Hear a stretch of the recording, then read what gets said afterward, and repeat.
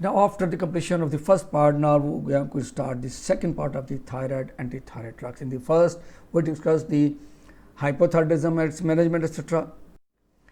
In this part, we will start discussing this hyperthyroidism. The other name of hypothyroidism is thyrotoxicosis.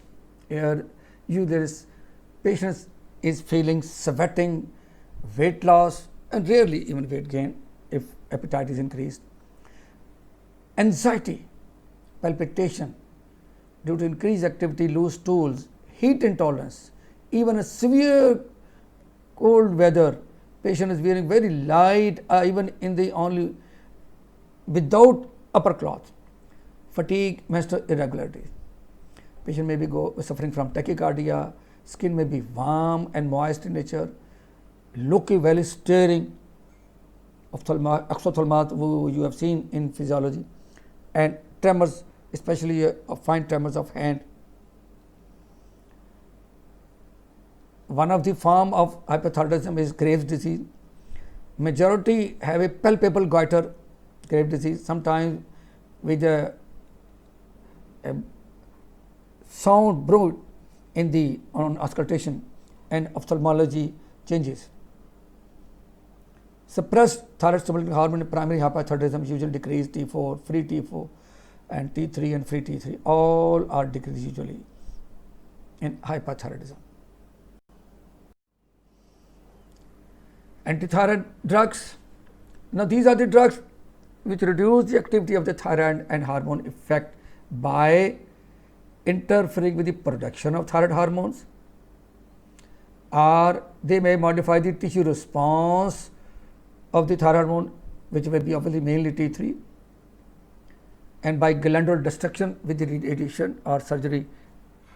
So, all these three options we have in this hyperthyroidism management. Classification of antithyroid drugs. First is interfering with the hormone production. The most important group is thiamides. Basically, it inhibits the peroxidase catalyzed reaction and iodine organification. The second and third, first is conversion into active form, second is organification. Both are being affected by these thiamides. And important drugs are propylthiouracil, methimazole, carbimazole. Second group is anion inhibitors. Basically, they inhibit or block the iodide uptake. First step, perchlorate, pertechnetate, and thiocyanate. These are the three drugs, anion inhibitors, which act as iodide uptake blockers at the level of first phase through symporter. Second group is interfering the hormone release. Usually iodides, they are the inhibitors of iodide organification, number one, but at the same time also hormone release. And the important drug used is the potassium iodide, which interfere with the hormone release. Third is interfering hormone tissue response, peripheral. One is most important, iodinated contrast media. Oral preparation of this diatriazate, ipodate, uppernoic acid, all are oral preparation. These are the iodinated contrast media which interfere with the hormone tissue response, especially T3 at the level of tissues. Intravenous is ioxol, also available orally, but it is usually given intravenously. And glandular destruction, as we have told, surgically or through radiation. Now, radioactive iodine, sodium iodide, iodide 131 especially, or other radioactive iodines are used for diagnosis. Second, surgical partial or complete removal depending upon the requirement. Either we partially remove the gland or we completely remove the gland. Symptomatic treatment is also available there. This palpitation or anxiety or tremors or heat tolerance, intolerance, etc., etc. Most important is the beta blocker, because here we have seen the increased cardiac activity is due to the increased stimulation of the beta receptor, because the circulating T3, 4 or T3 especially sensitize the cardiac receptor, beta receptor. So beta blockers have very important role, especially propranolol. Or we can use calcium channel blocker, diltiazem, etc. Diagrammatically, these first group, this cyanide, etc., perchlorate, then iodide thiamides, then the iodide at the level of release, and then peripheral tissue modifying drugs, thiamides, radiocontrast, beta blocker, corticosteroid, even amiodarone, which we have discussed as potassium blocker, antiarrhythmic drugs, they can also affect the peripheral tissue metabolism. First group, thiamides. Methimazole and propylthiouracil, these are the two major drugs used for the treatment of thyrotoxicosis. But remember, methimazole is 10 times more potent. What we mean by more potent? Means 10 times less dose will be required of methimazole to have the same effect as we are having with the propylthiouracil. Or you can opposite also. Okay, whatever the effect is seen with the methimazole, the same effect with propylthiouracil will be seen only if we use 10 times more dose of propylthiouracil than the methimazole. Potency is the dose related effect. In United Kingdom, carbimazole, the third drug, is widely used, which is converted first to methimazole. Pharmacokinetic of these drugs: propylthiouracil is rapidly absorbed, reaching peak serum levels within 1 hour. Up to 80% viability is seen, and that may be due to incomplete absorption or a large first pass effect in the liver, vary from 50 to 80%. Propylthiouracil, it accumulates in the thyroid gland. Higher concentration goes inside the accumulate there. Most of the propylthiouracil is excreted by the kidney as the inactive glucuronide within 24 hours. It is glucuronidation occurs, second phase 2 reaction, but the metabolite is inactive, and that is secreted through kidney, and this whole process takes usually 24 hours. On the other hand, methimazole is completely absorbed, but at variable rates. It is readily accumulated in the thyroid gland also and distributed like propylthiouracil. Excretion is somewhat slower, 65 to 70% of the dose is recovered in the urine in 48 hours. Excretion of propylthiouracil was 24 hours. Excretion of methimazole is more than double than that. About after 48 hours, even we can see the presence of drugs in the body. Plasma half-life: propylthiouracil is 1.5 hours and methimazole 6 hours. But it has little influence on the duration of the antithyroid action or the dosing interval, because both agents are accumulated by the thyroid gland. So irrespective of their half-life, their dosing schedule is almost same, because they get accumulated in the thyroid gland itself, where they have their site of action. Propylthiouracil is repeated every 6 to 8 hours. Since a single 100 milligram dose can inhibit only 60% iodine allocation for 7 hours, while a single 30 milligram dose of methimazole exerts antithyroid effect for 24 hours. So a single daily dose is effective in the management of mild to moderate hyperthyroidism. But remember, even then both are accumulated in the thyroid gland.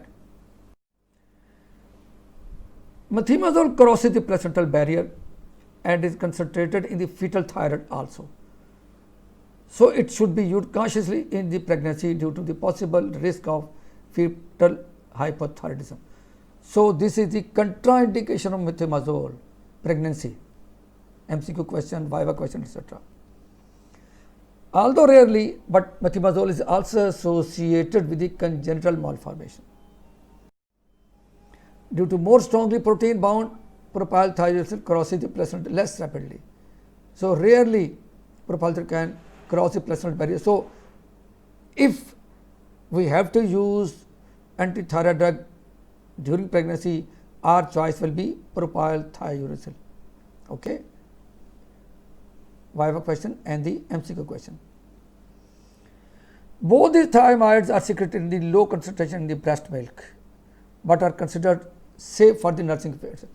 So, lactation is not the contraindication of both these drugs, propylthiouracil and methimazole. Another point to remember for Viva and for the MCQ. Pharmacodynamic, the thiamides act by multiple mechanisms. The major action is to prevent hormone synthesis by inhibiting thyroid peroxide catalyzed reaction. जो active formation थी iodide की वो नहीं होनी थी and blocking the iodine organ to both level organification and active formation. In addition, they block the coupling of the iodotyrosine, monodiethyl. The coupling of iodine with the tyrosine, that is also blocked. They do not block the uptake of iodide by the gland. First step पे कोई effect नहीं है इसका. Propylthiols and to much lesser extent methimazole inhibit the peripheral deiodination of T4 and T3. Some effect, but the main dominant effects at these step 2 and step 4. Active iodide, this iodide formation and the organification, mainly 2 steps.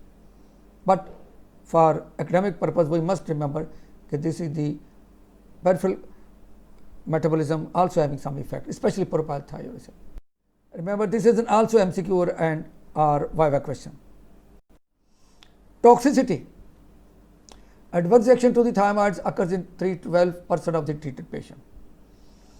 Most reactions occur early during treatment, especially nausea, GIT distress, and change in the taste or smell with methimazole. The most common adverse effect is a maculopapular pruritic rash up to 6% of the patient with occasional systemic signs like fever. Allergic reaction in the form of fever, but rarely.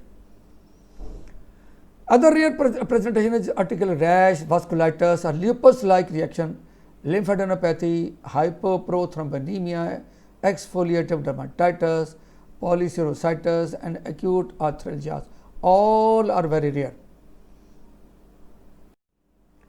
Hepatitis is more common with propylthiouracil, while fatal cholestatic jaundice is more common with the methimazole. This is the difference.